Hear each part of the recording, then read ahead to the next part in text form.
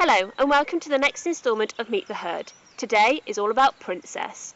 I'm going to tell you all about who she was, how she enjoyed being on a track system, how she benefited from the herbs that we offered to her, and also anything else I think you might find interesting. Don't forget to stay tuned all the way to the end where I tell you what her actual name was and how she's inspired me.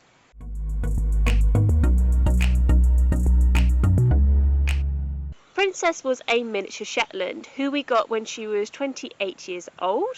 She was at this property when we moved in, and she was sort of abandoned, left behind by the previous owner. She was a chestnut mare and she was the beautiful personality. She, as I say, was left behind by the previous owner who hadn't really taken that much care of her. It might have been a financial situation. I don't like to pry, but obviously we were left to deal with what we had.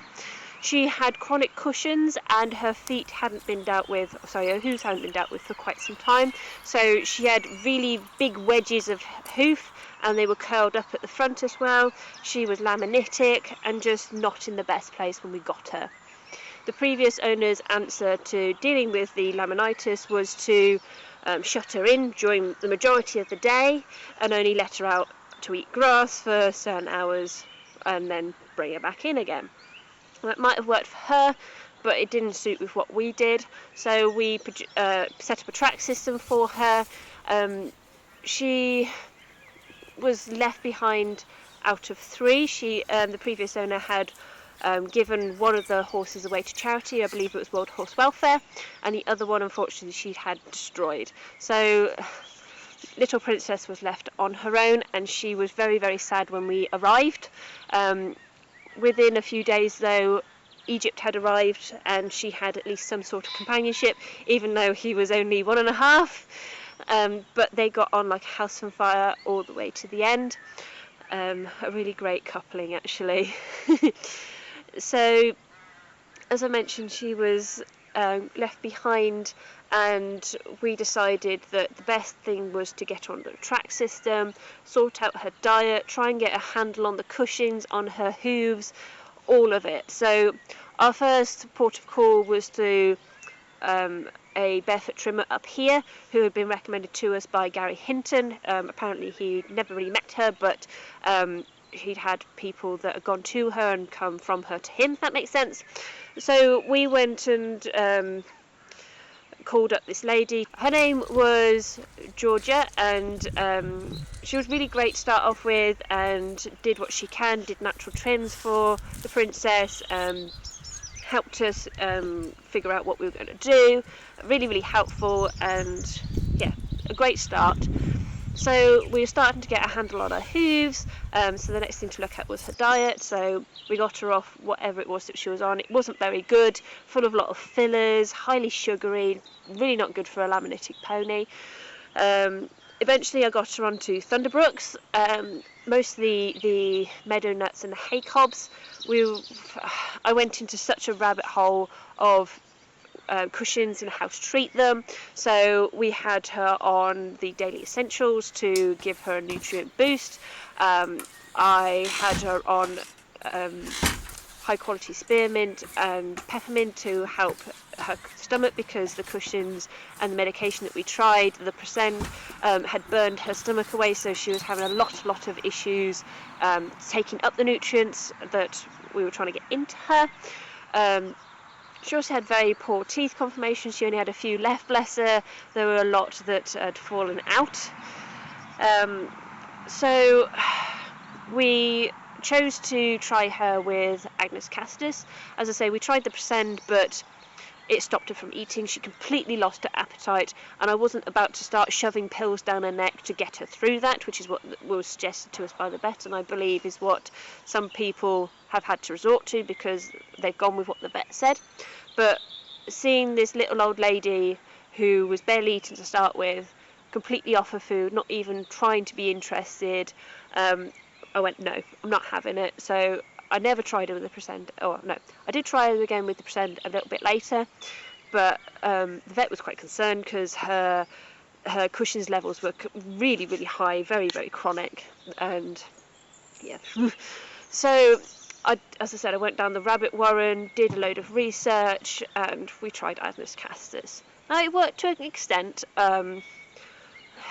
It did its job, it tried its best, but it needed more help than that.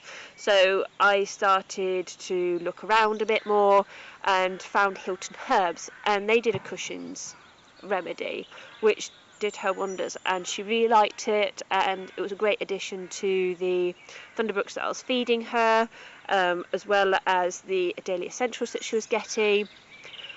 So that helped.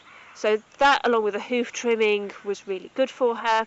But she spent most of her day in the stable, either just stood there falling asleep or lying down and just taking the weight off her feet.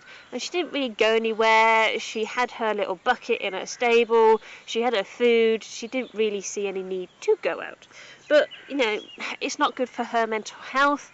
So we were like, no, you need to get out, love. And I know you're uncomfortable, but with the mindset of your body's having issues because it's got too much sugar in the system, even with the low amount that we're giving you in the food, because obviously almost all foods have a certain amount of sugar level, natural sugars. So to help her body deal with those so it wouldn't then cause a problem, we're like, you need to use them, so we need to get you out. So therefore we started a regimen of every evening you would go for a walk. The hardest bit for her was to walk across the yard to the field, because we made her walk away from the stables, because I wasn't by that time I'd already had the gravel path installed, and I thought that wasn't fair to make her walk down the gravel path to get into the field. So we brought her out of the gates, into what is technically the car park, and walked her all the way across to the front garden, walk her down the front garden into one of the fields, and we walk her around one of the fields. A little bit of exercise. It was only walking. I wasn't expecting much of her, but I just expected her to walk. And the first few times I did it, I felt absolutely evil, because I was expecting this poor little old Shetland that was in quite a considerable amount of pain from the feet and things like that, just forcing her to move. But I went with the mentality of it was for her own good, and I wasn't beating her to get her going. It was more of a case of, you need to move, and she'd take one foot, and I'll be like, you're a good girl, well done, and give her a good scratch, and, you know, keep up the encouragement until she hit grass.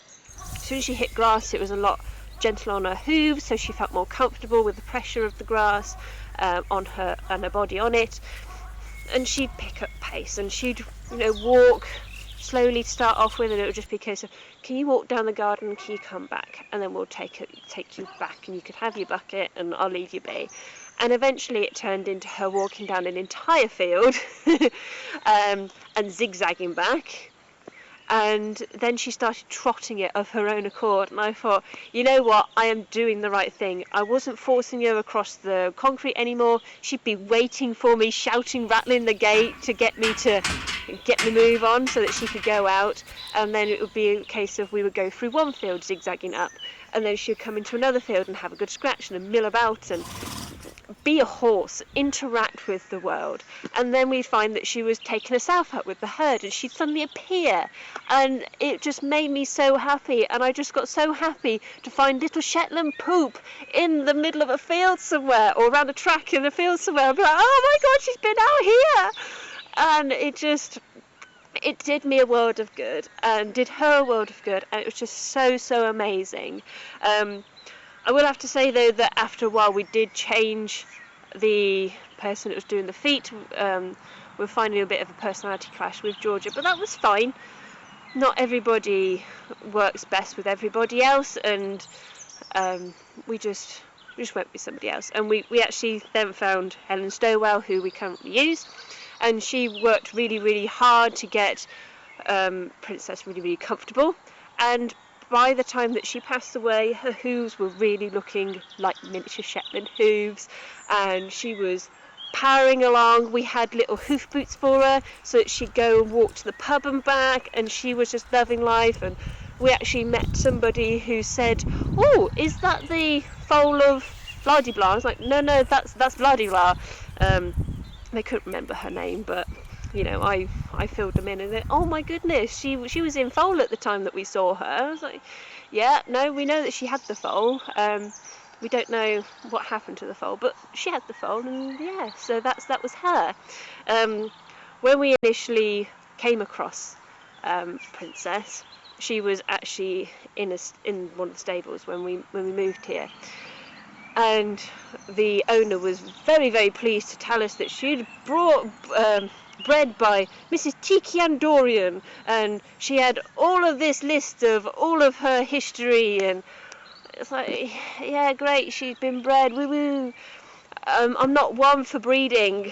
I'm really, really not. It doesn't matter as long as the horse is happy and comfortable, and yeah, that's all I really cared about. So we have got a list like this of all of her ancestry, but it means very little to me. But to her it meant that she could show her, and she had a foal off her, so she was really, really happy. But it's by the by. So what happened? She was doing so well. Her cushions had severely reduced. She wasn't lamanitic anymore. She was getting out. She was going out on little adventures, little poodles down the lane. She was going for daily walks, which we called her constitutionals, and she was just absolutely loving life. What happened?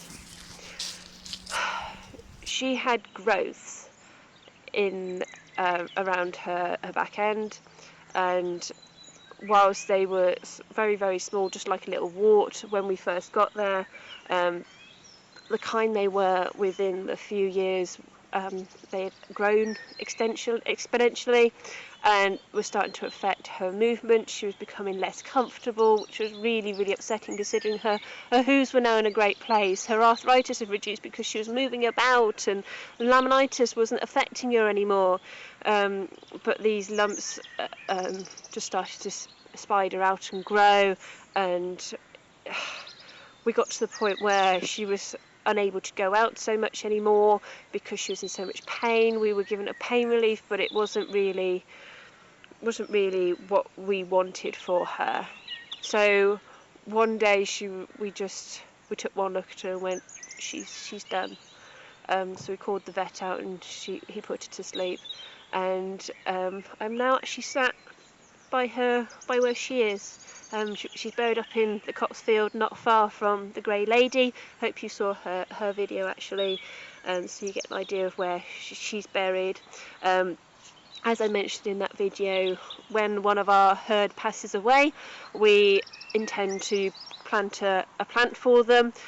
The Grey Lady's got a willow, and Princess is going to have a silver birch because she absolutely loved birch leaves, especially towards the end of her life. There is a video out for you about birch and the benefits of it, so I'll link that up here for you and down below in the description box, so you can check that out, so you can see how it benefited her and why it was that she wanted it. She was the matriarch of a sort to the herd. She was, obviously we had her when we had the Grey Lady. The Grey Lady was definitely the head and matriarch of the herd, but the Princess was like the sidekick, the little quiet little elderly grandmother in the corner, sort of giving directions, especially when it came to Egypt. There's a couple of times when she was out and about with him and he would take it a little too far and she would kick the hell out of him. She wasn't afraid to tell him he was being a git, and that was absolutely amazing. And she was a great friend for Pagan when she first arrived, really was great guidance for her, and also incredible for the Major. When the Major first saw her, he didn't have a clue what she was. He was scared stiff of her. He kept spooking at her until he realised that she was just a tiny horse and it was fine. And then he became inseparable from her, and just the entire herd just gave her so much respect. So that was her position in the herd. The track benefited her once she would realise that she could go out and it was for her own benefit, and we think that she really enjoyed the fact that she could go wherever she liked. She wasn't just restricted to a single field, so good all round. As I mentioned, she really enjoyed her mince, but also she enjoyed her brewer's yeast, bladderwrack, which is seaweed, and she did quite like barley grass, but I had to be careful with that as it would affect her laminitis, and also rose hips. But as I mentioned, she did like birch leaves, which is why her tree is going to be a silver birch. So I mentioned at the start of the video that Princess wasn't her actual name. Her stable name was Reenie, short for her passport name, which was Toy Horse Princess Andrina. So Reenie for short. An absolutely lovely little Shetland, and everything we could ever ask for. So that's a little bit about her. So click on that subscribe button and the little bell icon so that you get a notification as soon as each of those videos are uploaded. Also give the like button a prod if you're enjoying getting to know the herd, and pop a comment below letting us know which fact in this video has surprised you the most. Join our Facebook group to discuss various plants, herbs and track systems. Check out us on Instagram, we're naturally_Wilor, for virtually daily updates on our herd. Don't forget to subscribe to the YouTube channel and press the notification bell so that you get a notification when we post any of the further members of the herd videos. And I'll see you again soon. Bye.